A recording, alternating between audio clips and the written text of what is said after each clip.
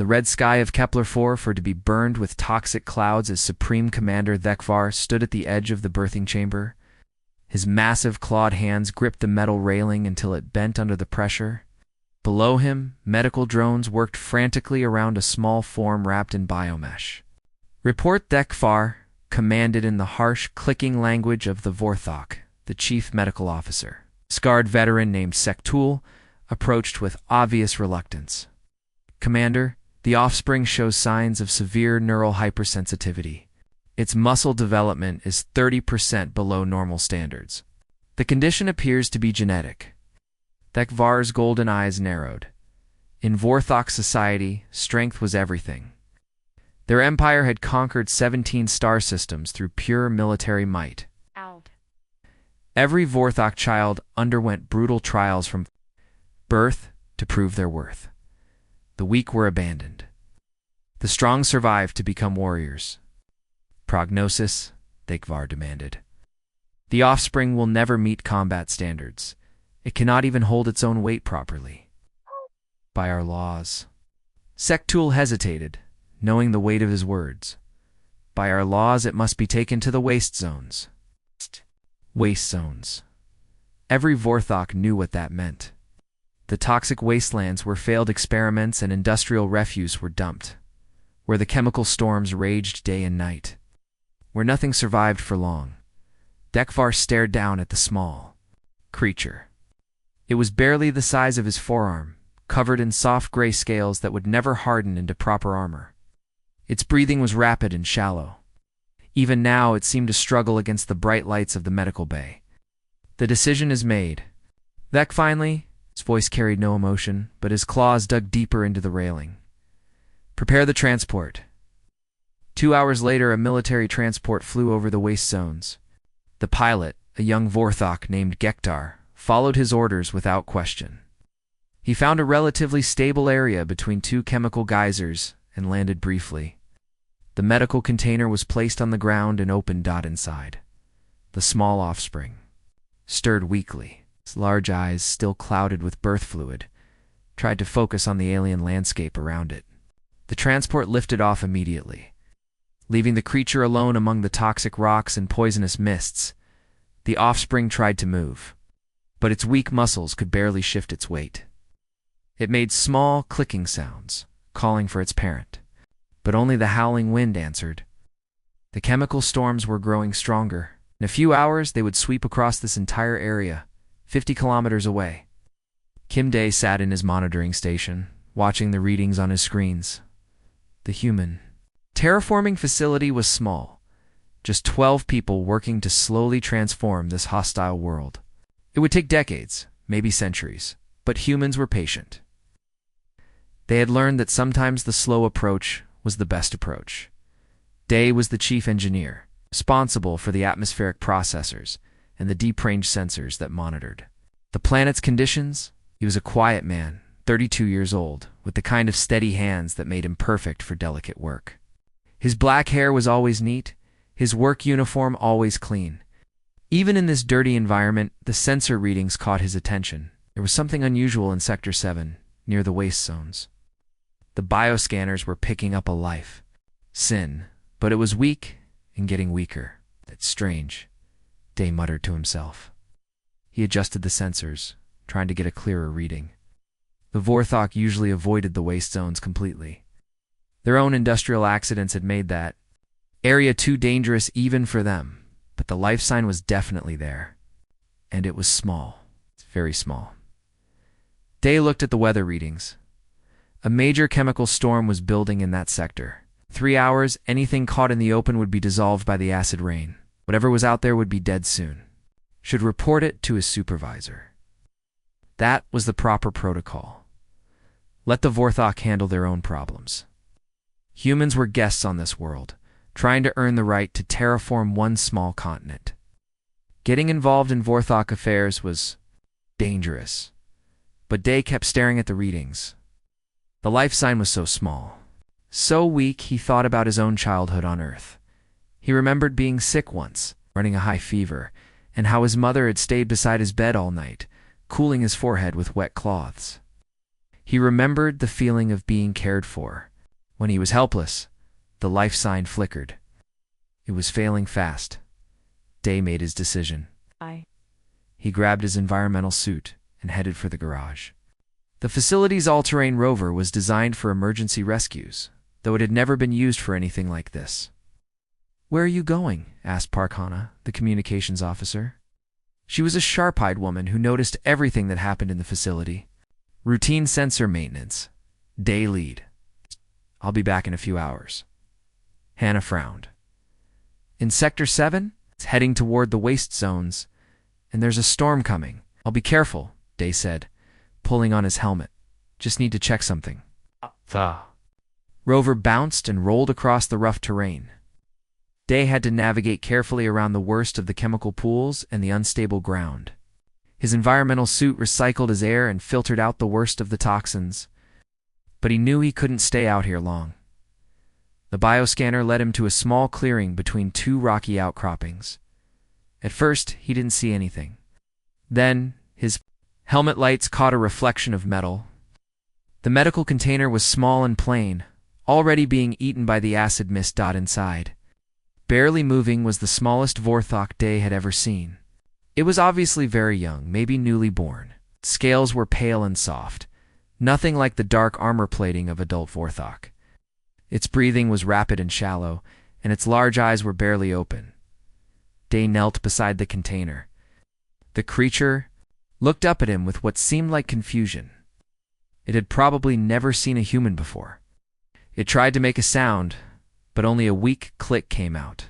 "Hey there, little one," Day said softly.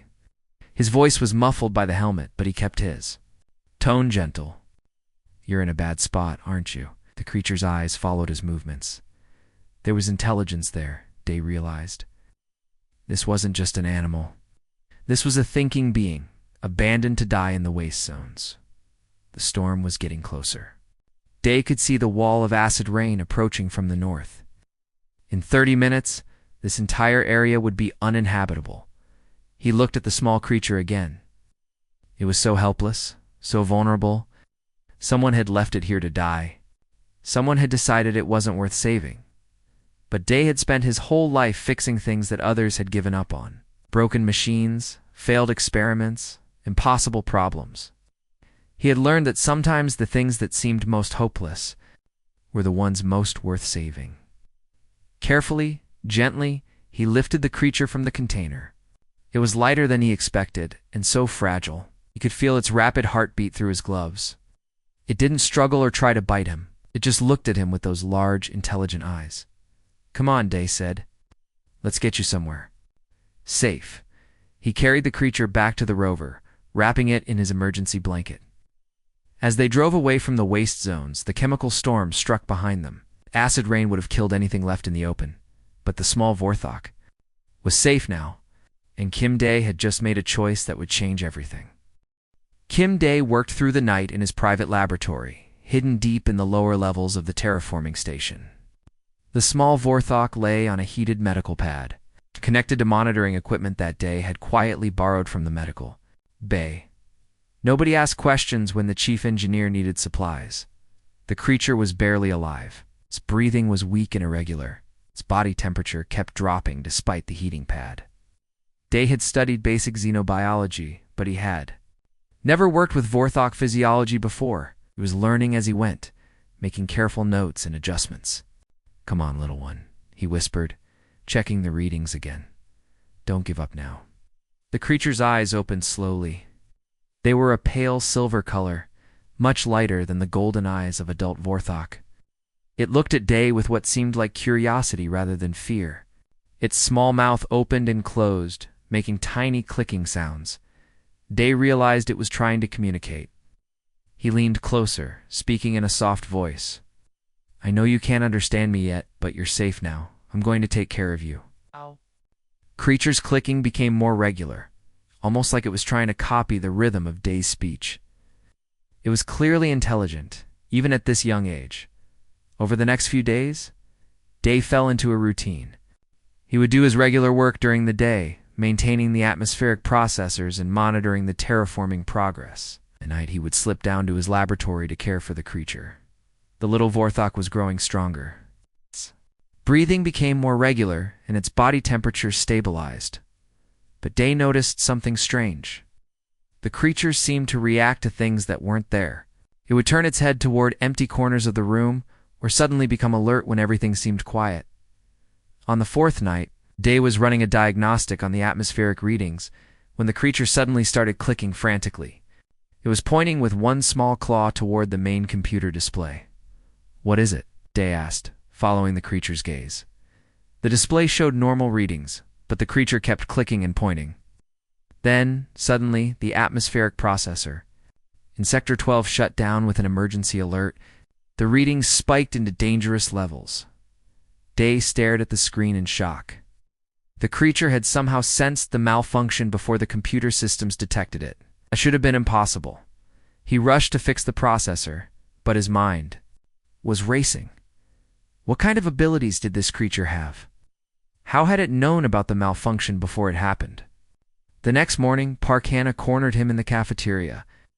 She was a sharp woman with quick eyes and a no-nonsense attitude. As the communications officer, she knew everything that happened in the facility. "You look tired, Day," she said, sitting across from him with her breakfast tray. "Working late again?" "Just the usual maintenance," Day replied, trying to keep his voice casual. "Funny thing," Hannah continued, stirring her coffee. "The medical bay is missing some supplies. Support equipment. The kind of thing you'd need for emergency treatment." Day's heart rate increased, but he kept his expression neutral. Maybe someone forgot to update the inventory. Maybe. Hannah studied his face carefully. Or maybe someone is treating a patient that's not supposed to exist. They stared at each other across the table. Day realized that Hannah knew something. The question was what she planned to do about it. "I could report this to the supervisor," Hannah said quietly. "Missing medical supplies is a serious matter, especially when we're supposed to maintain strict protocols about outside contact." "You could," Day agreed. "Or," Hannah continued, "I could help you figure out how to properly care for whatever it is you're hiding in your laboratory." Day was quiet for a long moment. Then he made his decision. Level 3, Storage Room 7. Tonight at 2,200 hours. That night, Hannah followed Day through the maintenance corridors to his hidden laboratory. When she saw the small Vorthok, her eyes widened in shock. "Day, do you realize what you've done?" She whispered. "This is a Vorthok offspring, they find. Out we have it, ... I know," Day said. "I found it in the waste zones. Someone left it there to die." Hannah approached the creature slowly. It watched her with curious eyes, making soft clicking sounds. "It's so small, so young." "Watch this," Day said. He turned to the creature and pointed at the computer display. "Can you tell me about the processors?" The creature studied the screen for a moment, then began clicking in a complex pattern. It pointed to different areas of the display, its small claws moving with precise gestures. "It's trying to communicate," Hannah realized. But that's not possible. Vorthok don't develop language skills until they're much older. "This one is different," Day explained. "It can sense things that our instruments can't detect. It warned me about a processor malfunction before it happened." As they watched, the creature began making new sounds, softer and more varied than the clicking. It was trying to copy human speech patterns. "Day," it said suddenly, the word clumsy but recognizable. Both humans froze. The creature had just spoken a human word. "Did it just ... Hannah started. "Day," the creature repeated, pointing at him. Then it looked at Hannah and made a questioning sound. "Hannah," she said, pointing to herself. "My name is Hannah." The creature tried to copy the sounds. "Ha ... Nah." Over the next few days, the creature's language skills developed rapidly. It learned basic human words and began combining them into simple sentences. It also chose a name for itself. "Kai," it said one evening, pointing to its own chest. "I am Kai, Kai," Day repeated. "That's a good name." Kai was growing stronger every day. Its scales were becoming more defined and its movements were more coordinated. But it was still much smaller and weaker than a normal Vorthok of its age should be. "I've been researching Vorthok biology," Hannah said one night as they watched Kai practice walking. "This hypersensitivity condition, it's not just a weakness. It's allowing Kai to process information in ways that normal Vorthok cannot." "What do you mean?" Day asked. "Kai can sense electromagnetic fields, energy patterns, even subtle changes in air pressure, the condition that made the Vorthok abandon. It is actually giving it abilities that no other member of its species has." They watched as Kai suddenly stopped and looked toward the ceiling. Seconds later, they heard the distant rumble of a ship passing overhead. "It sensed the ship before we could hear it," Hannah observed. "Its nervous system is processing information at an incredible rate." As the weeks passed, Kai became more than just a rescued creature. It became part of their small family, it learned. To help with simple tasks, using its unique abilities to detect problems before they became serious, it could sense when equipment was about to fail, when weather patterns were changing, even when people were feeling upset or worried. But Day knew they couldn't keep this secret forever. Kai was growing larger and more active. Soon it would be impossible to hide. One evening, as he was teaching Kai to read basic human text, the creature suddenly looked up at him with those intelligent silver eyes. "Day," it said carefully, "why did my people leave me?" Day felt his heart break a little. How could he explain the harsh reality of Vorthok culture to this gentle, curious being? "Sometimes," he said slowly, "people make mistakes. They don't understand that being different can be a gift, not a problem." Kai nodded solemnly. "I understand, but you did not leave me." "No," Day said firmly. "I will never leave you." "And Hannah?" "Will not leave me?" "Never," Hannah said from the doorway. She had been listening to their conversation. "We are your family now." Kai smiled, a strange expression on its reptilian features. "Family," it repeated. "I like this word."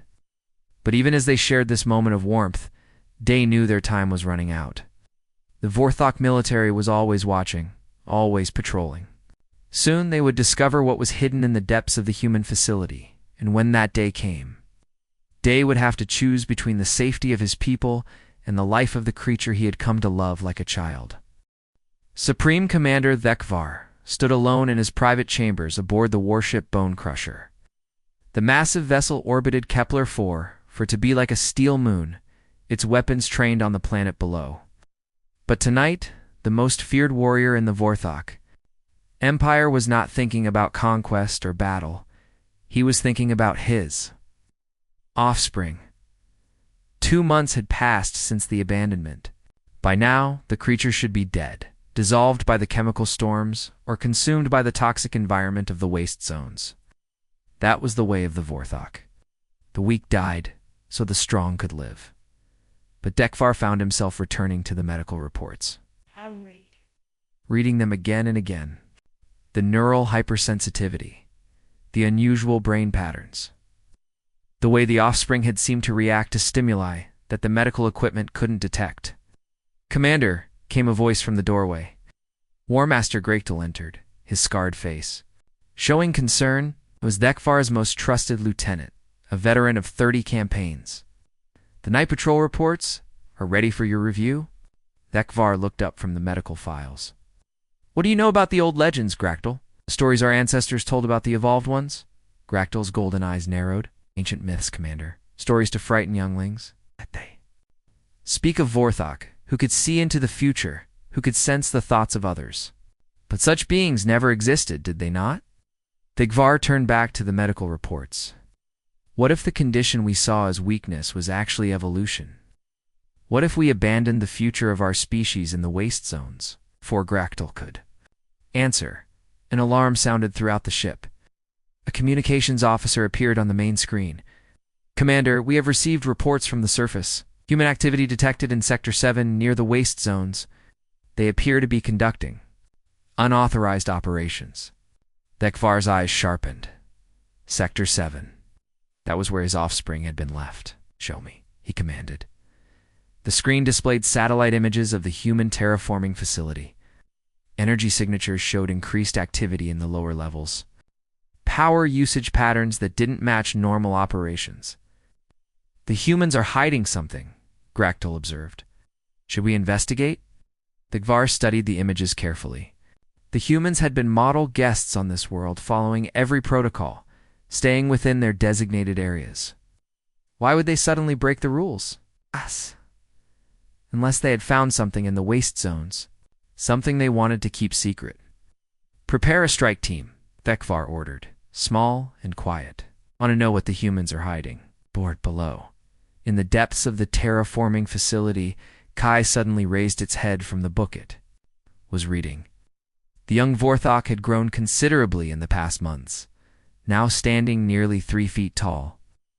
Its scales had darkened to a deep gray, and its movements had become more graceful. Kai said urgently, "Ships are coming." Day looked up from his work on the atmospheric processors. "What do you mean?" Kai explained, its silver eyes wide with concern. "Metal birds in the sky. They carry the energy patterns of my people." Hannah, who was updating the communication logs, froze at her console. "Vorthok ships, are you sure?" Kai nodded. "It was 3 small ones. It's moving like hunters, not like the big ship that always circles above. They are looking for something." Day felt ice in his stomach. After 2 months of secrecy, had they finally been discovered? "We need to hide you," he said to Kai. "Right now." But Kai shook its head. "I can sense their intentions. They are not just looking. They know something is here." The facility's alarm system suddenly activated. Through the speakers came the voice of Supervisor Chen, the facility commander. "All personnel to stations. We have incoming Vorthok vessels requesting permission to search the facility. This is not a drill." Day and Hannah exchanged panicked looks. A search would reveal everything. Kai's existence, the medical equipment, the hidden laboratory, all of it would be exposed. "There's another way," Kai said quietly.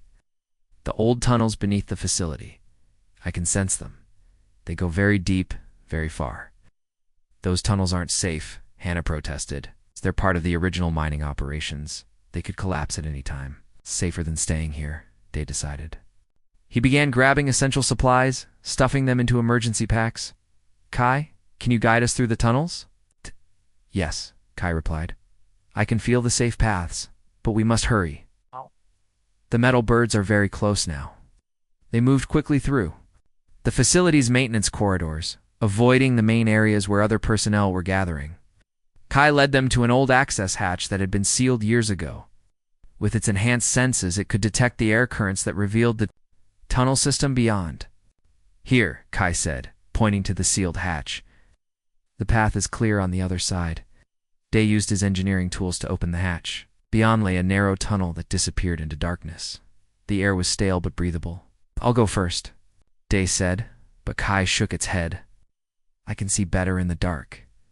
I can sense the dangers ahead. Follow me." They crawled through the tunnel system, following passages that had been carved by mining equipment decades ago. Kai moved with confidence, its enhanced senses guiding them away from unstable areas and toxic gas pockets.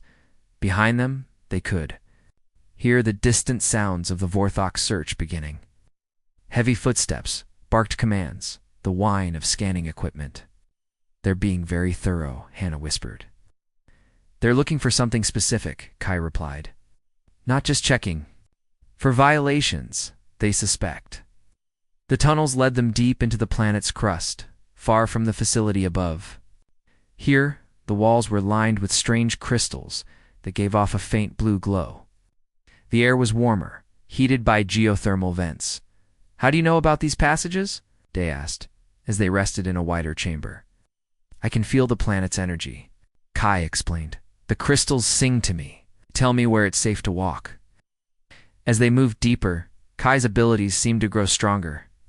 It could predict exactly where the tunnels would branch, which passages led to dead ends, and where the air would be fresh. It was as if the planet itself was speaking to the young Vorthok. "This is incredible," Hannah marveled. "You're not just sensing electromagnetic fields, you're reading the planet's geological structure." "All things have energy," Kai said simply. "I just listen to what they're telling me." Above them, the search continued. War Master Greg Toll led his team through every level of the facility, scanning for any sign of unauthorized activity. The humans cooperated fully, opening every door, answering every question, but they found nothing. The laboratory had been carefully cleaned, the medical equipment returned to its proper places. Even the most sensitive scanners detected no trace of Vorthok presence. Perhaps we were wrong, one of the warriors suggested. Perhaps the humans are innocent. But Grechtel was not satisfied. His warrior instincts told him that secrets were being hidden here. He ordered his team to expand their search to the areas surrounding the facility. Meanwhile, in the tunnels below, Kai suddenly stopped moving. Its head tilted, listening to something only it could hear. "They're searching outside now," it reported. "Looking for tracks, for signs of passage. Will they find the tunnel entrance?" Deas Dutkai was quiet for a moment, its senses reaching out through the rock and soil above. "Not yet." "Well, they will keep looking. They know something is wrong." They continued deeper into the tunnel system, following passages that seemed to stretch endlessly into the planet's core. The crystals grew larger and brighter, filling the chambers with blue light. "How far do these tunnels go?" Hannah asked. "Very far," Kai replied. "Some lead to the other side of the continent. Others go to places where the planet's heart beats strongest." As they walked, Kai began to change. Its movements became more fluid, more confident. Its silver eyes seemed to glow with inner light. The deeper they went, the more it seemed to connect with the planet's energy. "I can feel everything," Kai said in wonder. "The roots of the mountains, the flow of underground rivers, the dreams of sleeping stones. This world is alive, and it's trying to tell me something?" "What is it saying?" they asked. Kai stopped and placed its hand on the tunnel wall. The crystals around its touch began to pulse with brighter light. "It's saying that change is coming," Kai whispered. "That the old ways are ending, and something new is beginning. Something that will shake the stars themselves." High above, War Master. Grechtel stood at the edge of the waste zones, his scanners detecting faint energy traces in the toxic soil. The readings were old, almost erased by the chemical storms, but they were there. Something had been alive in this place. Something that should have died. "Commander," he spoke into his communicator. "I think we need to expand our search. Whatever happened here, it's bigger than we thought." In the depths of the planet, Kai raised its head toward the distant surface. "They're getting closer," it said. "Soon they will understand what they're really hunting." The chase had begun. 3 days passed in the depths of the planet. Day, Hannah, and Kai moved through tunnels that seemed to have no end, following passages lit by the strange blue crystals. The deeper they went, the more Kai changed. The young Vorthok no longer needed rest like its human companions. It moved with fluid grace, its silver eyes glowing brighter with each passing hour. It could sense every vibration in the rock, every shift in the planet's magnetic field. "The hunters are still above," Kai reported as they rested in a crystal chamber, "but they cannot follow us here. The old paths confuse their machines." Day wiped sweat from his forehead. Even with their environmental suits, the heat was becoming intense. "How much deeper do these tunnels go?" "To the heart," Kai replied simply. "Where the planet dreams." Hannah checked their water supplies. They were running low. "Kai, we can't stay down here forever. We need food, water, proper air recycling." Kai wasn't listening. It had placed both hands on the crystal wall and was staring into the blue light with wide eyes. Its breathing had become rapid and shallow. "Kai, what's wrong?" Day asked, concerned. "I remember," Kai whispered. "I remember things that happened before I was born." The crystals around Kai's hands began to pulse faster, matching the rhythm of its heartbeat. Images seemed to flicker in the blue light scenes of ancient Vorthok warriors, battles among the stars, and something else. Something older and more powerful. "The memories of my people," Kai continued, its voice strange and distant. "They live in the crystals. They live in me." Suddenly, Kai's body went rigid, its eyes rolled back, showing only silver. When it spoke again, its voice had changed, becoming deeper and more commanding.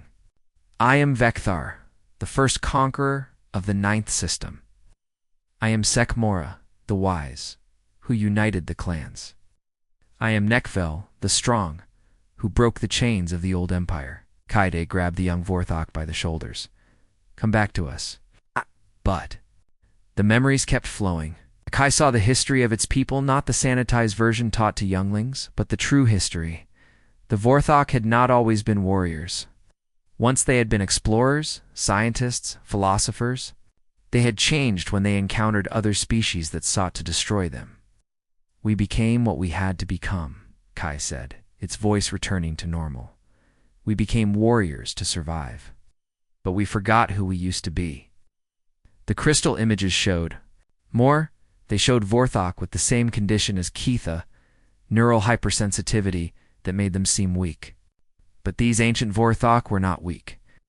They were the leaders, the visionaries, the ones who guided their people to greatness. The condition, Kai gasped, understanding flooding through it. It's not a flaw, it's evolution. Every 1,000 years. One of us is born with the gift. We're meant to be the bridges between what was and what could be. What happened to the others? Hannah asked. The ones who came before you. Kai's expression grew sad. They were killed or abandoned, just like as my people forgot what the gift meant. They saw only weakness where they should have seen strength. The memory showed the last of the gifted ones, a Vorthok named Morden, who had lived 500 years ago. I had tried to lead his people away from endless war toward cooperation with other species. For this, he had been executed as a traitor. I am the first in centuries to survive, Kai realized. Because humans saved me. Because you showed me another way. Above them, the tunnel system shook with a deep rumble. Dust fell from the ceiling as something heavy moved overhead.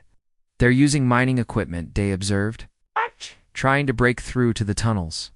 Let them come, Kai said, standing. With new confidence, I understand now. I know what I was meant to be. But understanding brought new challenges. As Kai's ancestral memories awakened, so did its physical abilities. Its muscles grew denser and stronger. Its reflexes became lightning fast. Its senses expanded until it could feel the heartbeat of every living thing within miles. I can sense them all, Kai said, its eyes wide with wonder and fear. Every human in the facility above, every Vorthok in the search teams, can feel their emotions, their intentions. What do they want? Hannah asked, got Kai concentrated, its enhanced senses reaching through rock and metal to touch the minds of the hunters above. War Master Greichtel seeks proof of Vorthok presence. He suspects, but does not know. But my father, ... double quotes. My father seeks something else. He seeks answers about what he abandoned. Dekvar is here? Day asked. He comes, Kai confirmed. His ship descends from orbit. He will arrive soon. The tunnel shook again, more violently this time. Cracks appeared in the crystal walls, and the blue light began to flicker. They are going to bring the whole system down, Hannah warned. We need to get out of here. But Kai had a different idea. It placed its hands on the largest crystal in the chamber and closed its eyes.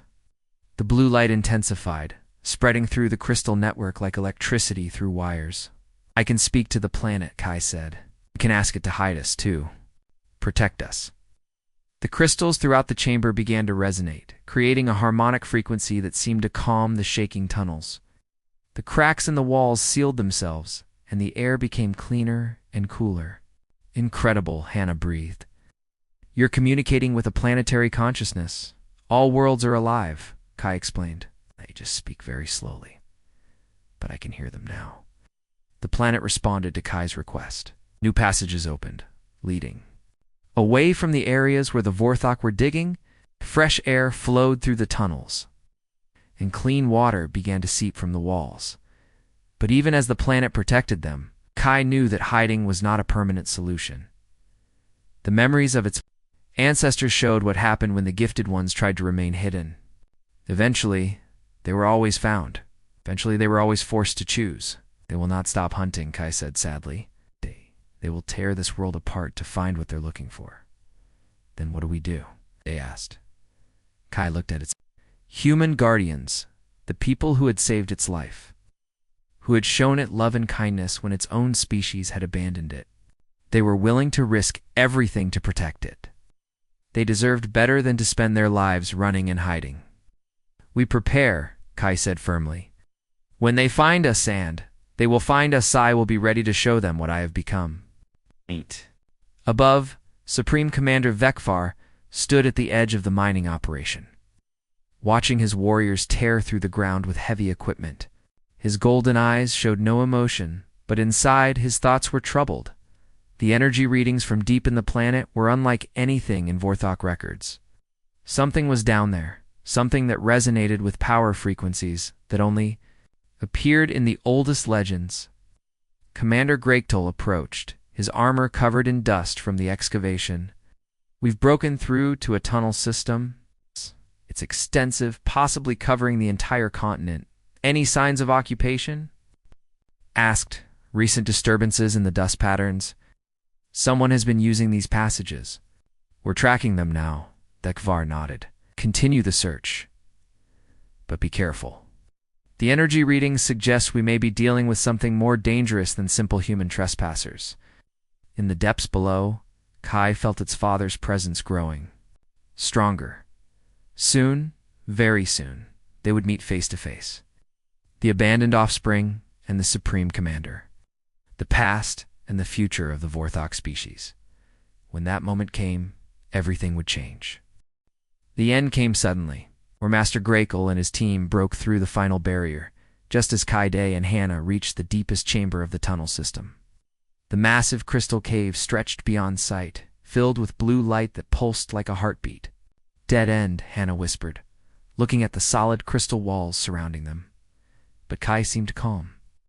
It walked to the center of the chamber and placed both hands on the largest crystal formation. Not dead end, it said quietly. Beginning. Behind them, they could hear the Vorthok warriors approaching through the tunnel. Heavy footsteps, the hum of weapons charging, voices speaking in the harsh, clicking language of Kai's people. They're here, Day said, checking his small sidearm. It would be useless against Vorthok armor, but it was all he had. Put the weapon away, Kai said without turning around. Violence will not solve this. Kai, they're going to capture us, Hannah protested. They're going to take you away. Yes, Kai agreed. They will try, but I am not the same creature they abandoned in the waste zones. I understand now what I was meant to become. The crystals around Kai began to glow brighter. The young Vorthok had grown to nearly its full adult size during their time in the tunnels, but it was still smaller and more slender than a typical warrior. Its scales were pale gray instead of the dark armor plating of its species. To most, Vorthok, it would still look weak, but the power radiating from Kai was unmistakable. Even Day and Hannah could feel it, a presence that seemed to fill the entire chamber, War Master. Greichtol entered the chamber first, his weapon raised. Behind him came 4 more warriors, all in full combat armor. Their golden eyes scanned the cave, taking in the humans and the strange Vorthok standing among the crystals. Do not move, Greichtol commanded in accented human speech. Then he switched to Vorthok, clicking rapidly at Kai. Kai responded in the same language, its voice carrying harmonics that made the crystals resonate. The conversation was brief, but intense. What are they saying? Day asked quietly. He's asking who I am, Kai replied in human speech. I'm telling him that I am his future, if he's wise enough to accept it. Greichtol's eyes narrowed, spoke again, more sharply this time. Now he's asking how I survived in the waste zones, Kai translated. He's asking why I'm traveling with humans instead of returning to my people. Kai stepped forward, away from the crystal formation. The warriors immediately raised their weapons, but Kai showed no fear. I survived because these humans showed me compassion when my own people showed me none, Kai said, speaking in human language so that Day and Hannah could understand. I travel with them because they taught me that strength comes not from conquest, but from protection, not from taking life, but from preserving it. Greichtol snarled something in Vorthok that sounded like an insult. He says, I have been corrupted by human weakness, Kai translated. He says, I am no longer truly Vorthok. Maybe that's a good thing, Day said quietly. Kai smiled, a strange expression on its reptilian features.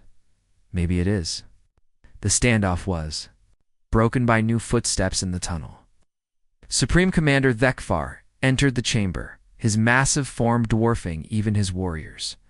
He was larger than any Vorthok Day had ever seen, covered in battle scars and ceremonial markings that spoke of countless victories.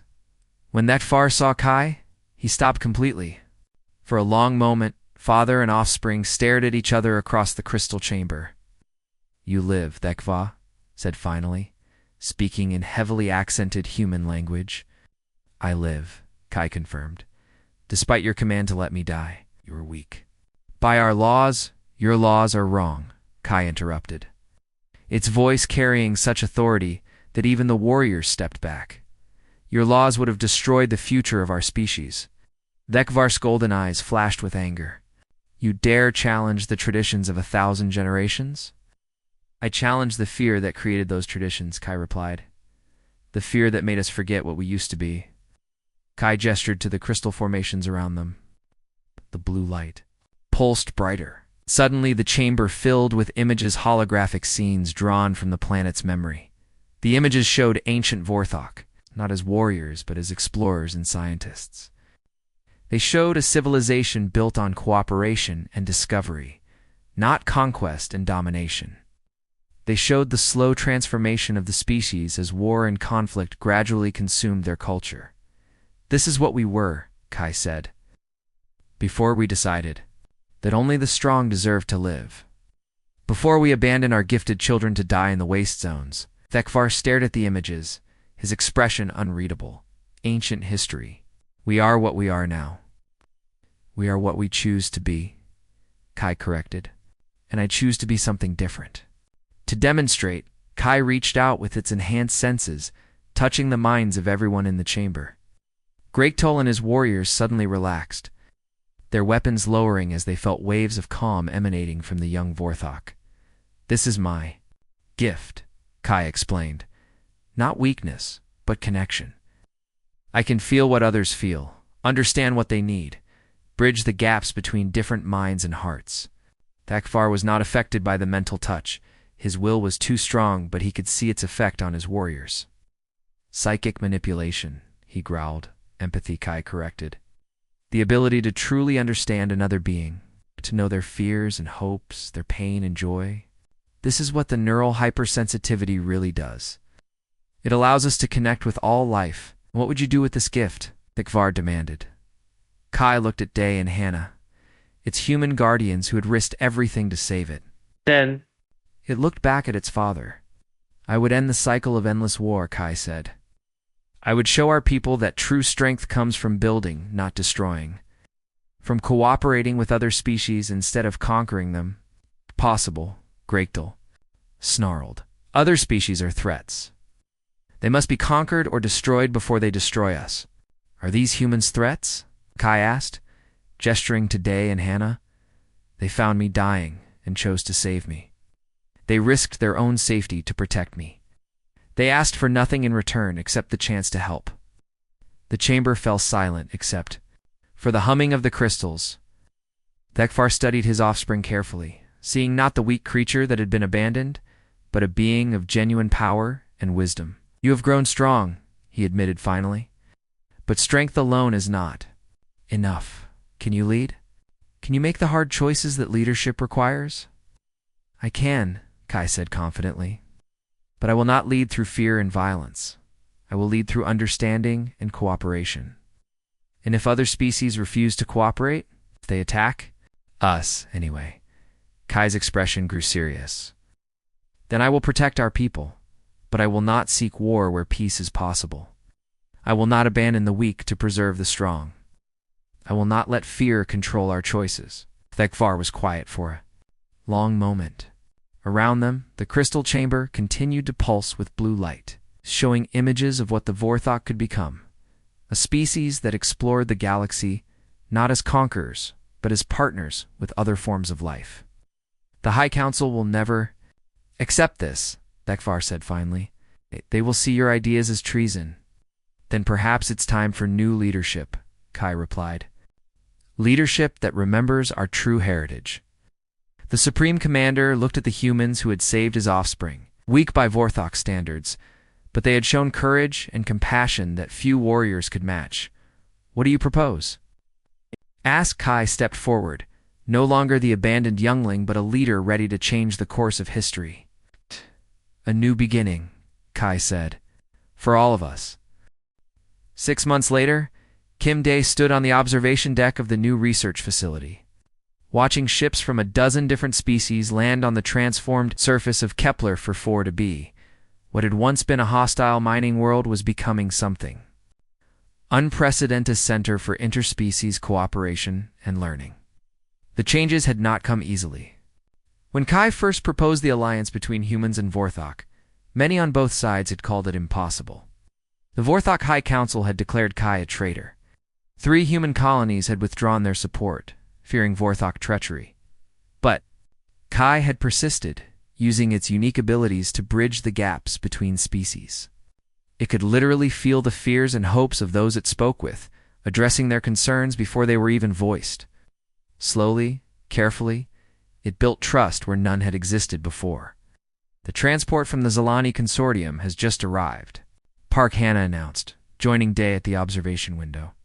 She now served as the facility's diplomatic coordinator, helping to manage the complex relationships between the various species. "That makes 12 different civilizations," Day observed. "A year ago, I never would have believed this was possible." Through the window, they could see Kai moving among the arriving delegations. The young Vorthok had grown to full adult size, but it still moved with the fluid grace that marked it as different from typical warriors. Its scales had darkened to deep blue-gray, and its silver eyes seemed to glow with inner light. Kai paused to speak with each group of arrivals, somehow communicating perfectly despite language barriers. Its neural hypersensitivity allowed it to understand not just words, but intentions and emotions. It could sense when someone was frightened, confused, or hostile, and respond appropriately. "It's amazing to watch," Hannah said.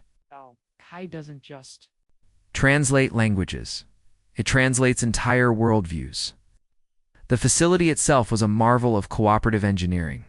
Human terraforming technology had been combined with Vorthok industrial capabilities and the advanced materials science of other species. The result was a complex that could support dozens of different environmental requirements simultaneously. But the most remarkable change was in the Vorthok themselves. Under Kai's influence, many young warriors had begun to question the old ways. They came to the facility not as conquerors, but as students, eager to learn about other forms of life, father approaches. Kai's voice came through the communication system. "Please prepare the main conference room." Day smiled. Even now, Kai referred to that Var as father, despite everything that had happened between them. The relationship was complex and often difficult, but it was real. Supreme Commander Vekvar arrived with a small escort, as he did every month to review the facility's progress. The massive Vorthok had changed too, though more slowly than his. Offspring, his armor was less ornate now, more practical. His manner was still commanding, but tempered with something that might have been wisdom. "The council grows restless," that Gava reported, as they gathered in the conference room. "They demand to know when the facility will begin producing military advantages." "And what do you tell them?" Kai asked. "I tell them that some advantages cannot be measured in weapons or conquered territory," Dekvar replied. "Though they do not always understand, it was true. The facility's greatest achievements were not in technology or military power, but in understanding. The research teams had made breakthroughs in psychology, biology, and social science that were revolutionizing how species interacted with each other. The Helix Corporation wants to establish a permanent embassy here, Hannah reported. They're offering exclusive trade agreements in exchange for access to our conflict resolution protocols. Approved, Kai said without hesitation. But with the usual conditions, no military applications, and all research must be shared freely among member species.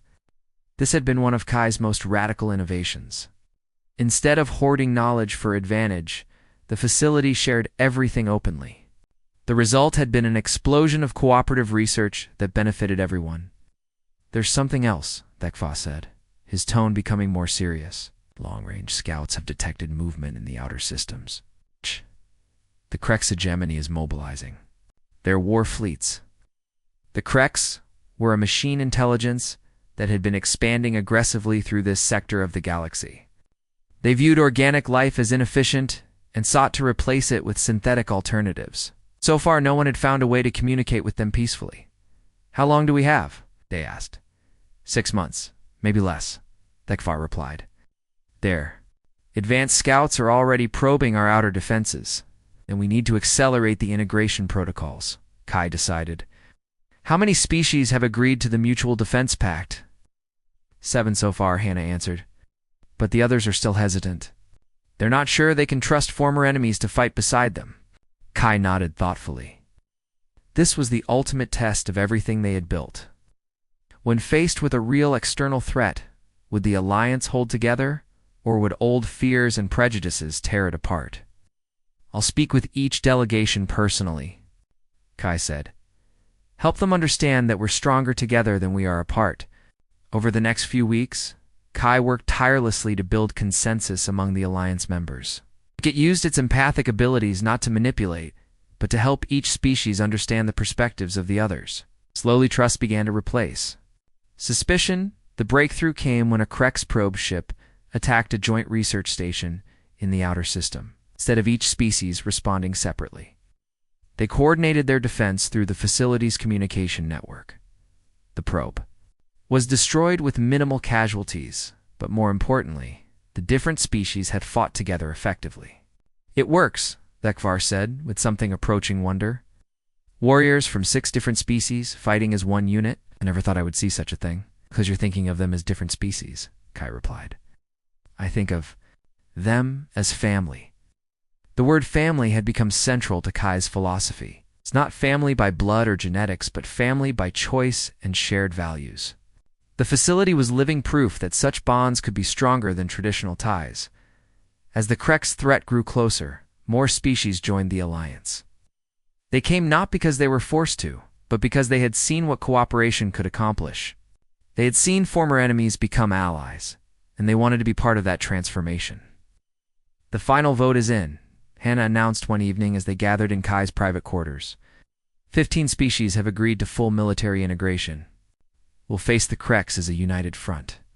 Kai nodded, but its expression was thoughtful. "I wonder if there might be another way. A way to reach the Krex without fighting at all." "They're machines," Thekvar protested. "They don't feel emotion or compassion. How can you communicate with beings that have no capacity for empathy?" "Perhaps they don't feel emotions the way we do," Kai agreed.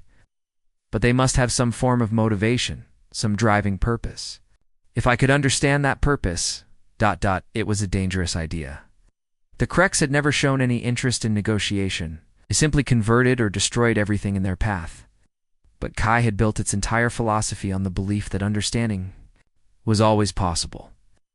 "I want to try to make contact," Kai announced. "When their main fleet arrives, I want to be waiting for them." "Absolutely not," Thekvar said immediately. "I will not lose you to some futile gesture. I will not let fear prevent us from trying to find peace," Kai replied firmly. "This is what I was born to do, Father. This is why I survived when others didn't." In the end, it was Day who provided the solution. What if we could establish contact safely? Long-range communication, protected by the entire Alliance fleet? The plan they developed was risky, but ingenious. When the Krex fleet arrived at the edge of the system, they found not scattered defenders, but a unified force unlike anything in recorded history. Ships from 15 different species, flying in perfect formation, guided by a coordination network that responded as fast as thought itself. At the center of the formation was Kai, broadcasting on all frequencies in a dozen different languages and communication protocols. Its message was simple but profound. We are different, but we are one. We do not seek to destroy you or convert you to our ways. We seek only to understand. If you must fight, you will find us ready. But if you are willing to talk, you will find us eager to listen. For 3 days, the fleets faced each other across the void. The tension was unbearable, with weapons charged and shields raised on both sides. But gradually, something unprecedented happened. The Krex began to respond, not with weapons or demands for surrender, but with questions. They wanted to understand how so many different species could work together. They wanted to know what purpose drove such cooperation. They're learning, Kai reported in amazement. They're actually learning from us. The negotiations that followed took months and required innovations in communication that no one had imagined before. But gradually, an understanding emerged. The Kreks had been driven by a belief that only efficiency mattered. That organic life was too chaotic and unpredictable to survive in the long term. But the Alliance showed them something different. It showed them that diversity could be a source of strength, not weakness.